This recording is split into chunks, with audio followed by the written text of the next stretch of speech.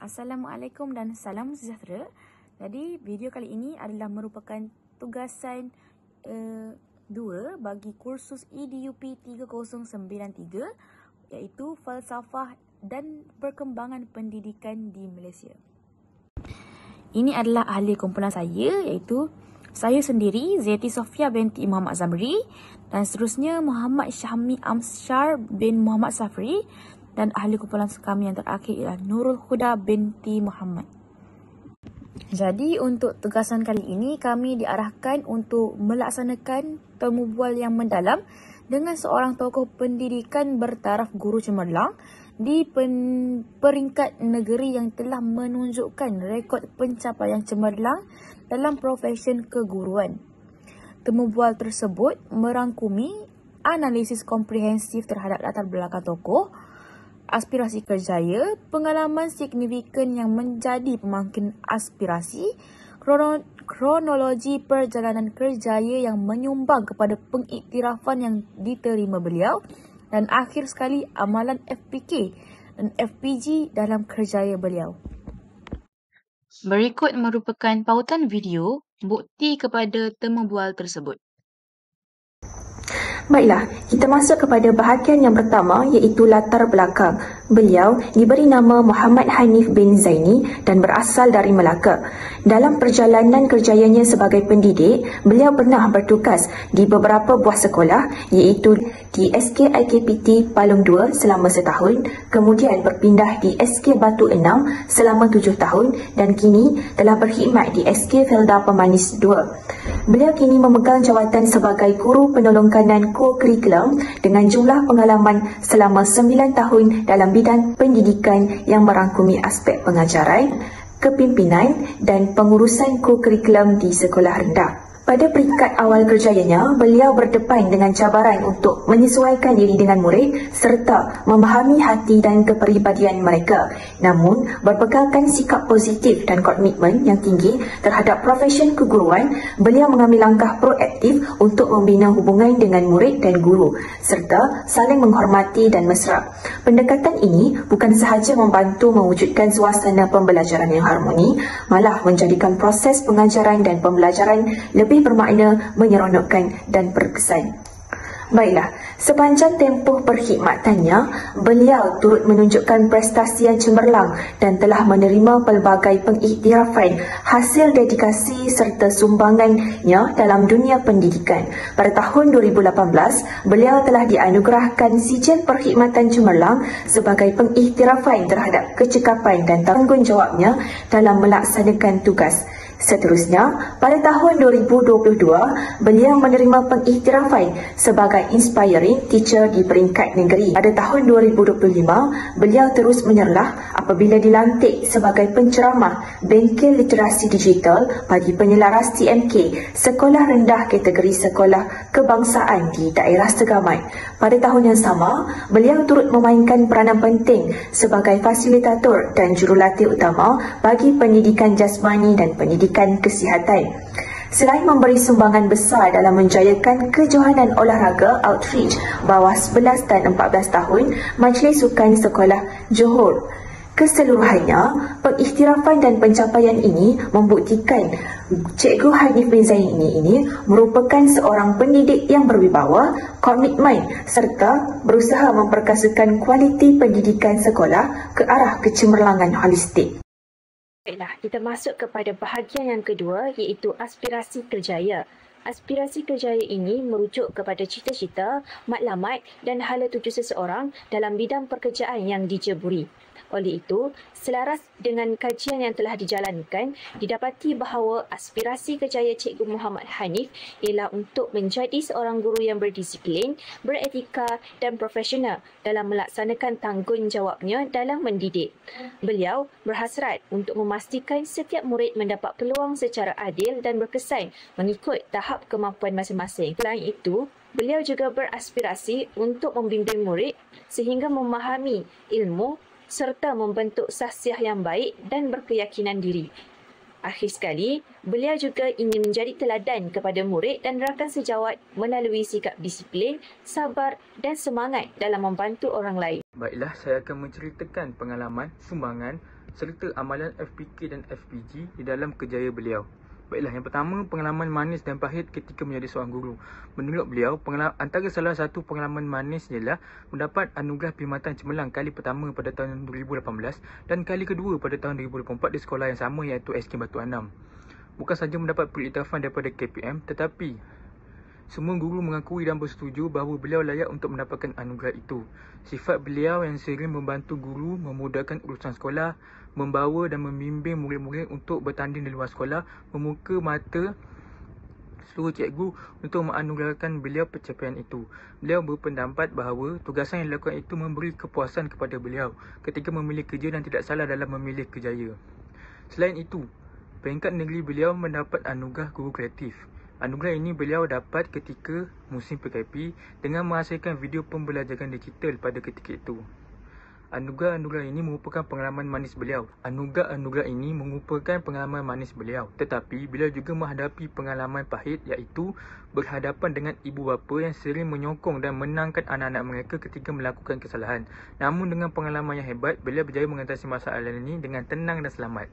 Yang kedua, sumbangan yang diberikan ketika beliau menjadi seorang guru. Beliau juga memberikan pelbagai sumbangan dan di antaranya ialah beliau mencipta inovasi dengan membina sistem AppSheet.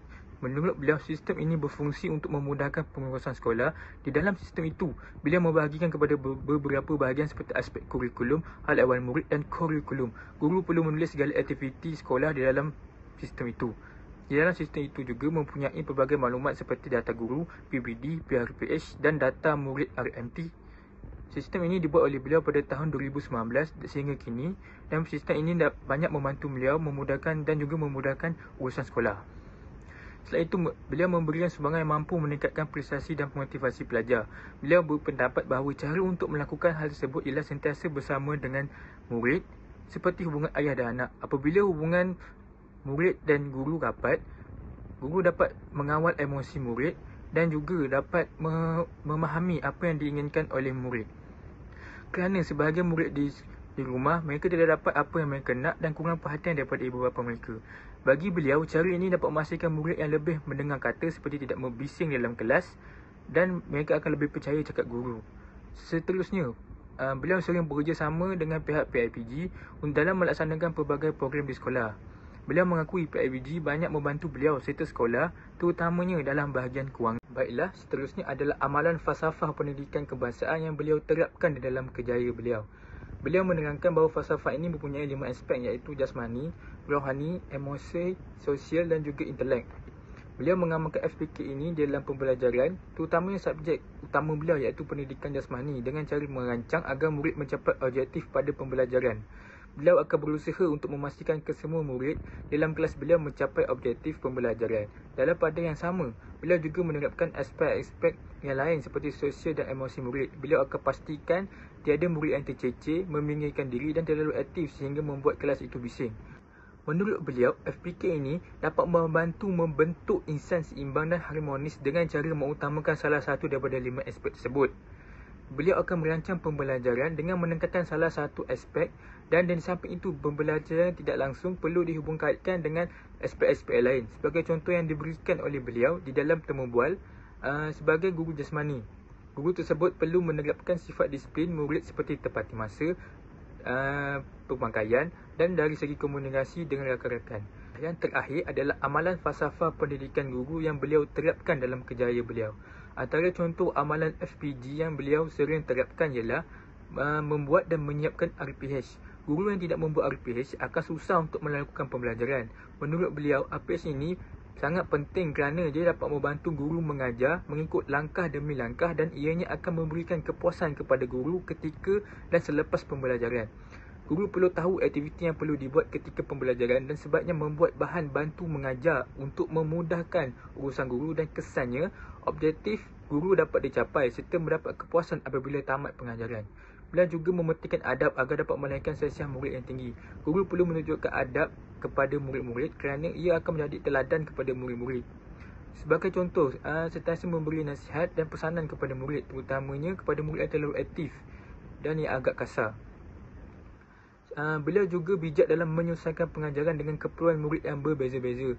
menurut beliau, guru perlu menyediakan satu bahan lembaran yang tepat dengan murid-murid. Sebagai contoh, jika murid itu lemah dari segi bacaan, guru perlu mulakan pembelajaran seperti bacaan 2 suku kata. Beliau juga pernah menghadapi situasi ini di dalam subjek pendidikan jasmani, iaitu di mana salah seorang murid beliau mempunyai masalah obesiti dan tidak boleh melompat. Jadi, beliau mencari satu aktiviti yang menjurus kepada aktiviti melompat seperti melangkah pagar. Dan melangkah pagar merupakan permulaan bagi melompat. Akhir sekali, menurut beliau, guru perlu kreatif dalam mencari idea untuk membantu murid lebih faham di dalam pembelajaran. Seterusnya, perjalanan kerjaya beliau. Beliau juga turut menghadapi pelbagai cabaran ketika mengajar di sekolah.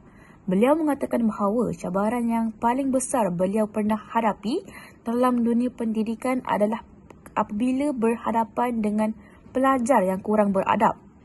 Beliau juga pernah berhadapan dengan ibu bapa yang lebih memenangkan anak mereka walaupun anak mereka melakukan kesalahan. Jadi, perasaan terkilan hadir dalam diri beliau apabila niatnya yang ingin mendidik pelajar tersebut telah disalah anggapkan. Hal ini adalah punca kebanyakan pelajar menjadi kurang hormat kepada guru. Jadi, persoalannya, bagaimanakah beliau atasi tekanan kerja tersebut? Jadi, apabila ditemu bual, beliau mengatakan bahawa apabila beliau mendapat sesuatu tugasan, beliau akan susun dan siapkan tugasan tersebut tepat pada masa yang diberikan, walaupun kerja tersebut diberikan dalam kuantiti yang banyak pada satu masa. Oleh itu, tekanan dapat dielakkan kerana masa beliau diatur dengan baik. Beliau turut menganggap tekanan tersebut sebagai tenaga kepada beliau untuk melakukan tugasan dengan tegun lagi. Seterusnya, apakah yang menjadi motivasi kepada beliau sepanjang tempoh perkhidmatannya? Kata beliau, sumber utama kekuatannya adalah daripada isterinya sendiri, kerana isterinya merupakan seorang yang tekun dan teliti dalam melakukan kerja, menjadikan beliau turut tekun dalam melakukan sesuatu perkara. Anak-anak juga menjadi dorongan dan punca kekuatan kepada beliau untuk terus bekerja dan berusaha tanpa kenal erti lelah. Nasihat beliau kepada guru baru yang mengajar adalah supaya hadapi sahaja apa yang berlaku dan percaya kepada ketentuan Tuhan. Katanya juga, segala masalah pasti ada penyelesaian. Jika disiplin diterapkan dalam sesuatu proses, insya-Allah segala perkara akan dipermudahkan.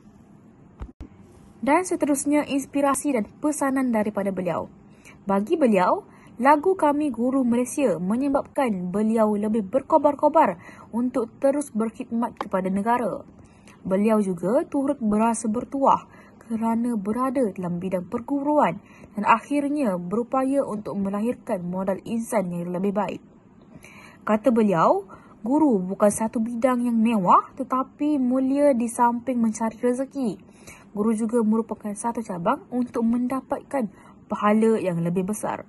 Oleh itu, janganlah menganggap bahawa pekerjaan guru adalah pekerjaan orang bawahan, tetapi sebaliknya merupakan kerjaya yang amat mulia di sisi Islam. Berikut merupakan lampiran yang menunjukkan bukti gambar bersama guru cemerlang tersebut. Dan seterusnya, sijil anugerah yang diterima guru cemerlang tersebut.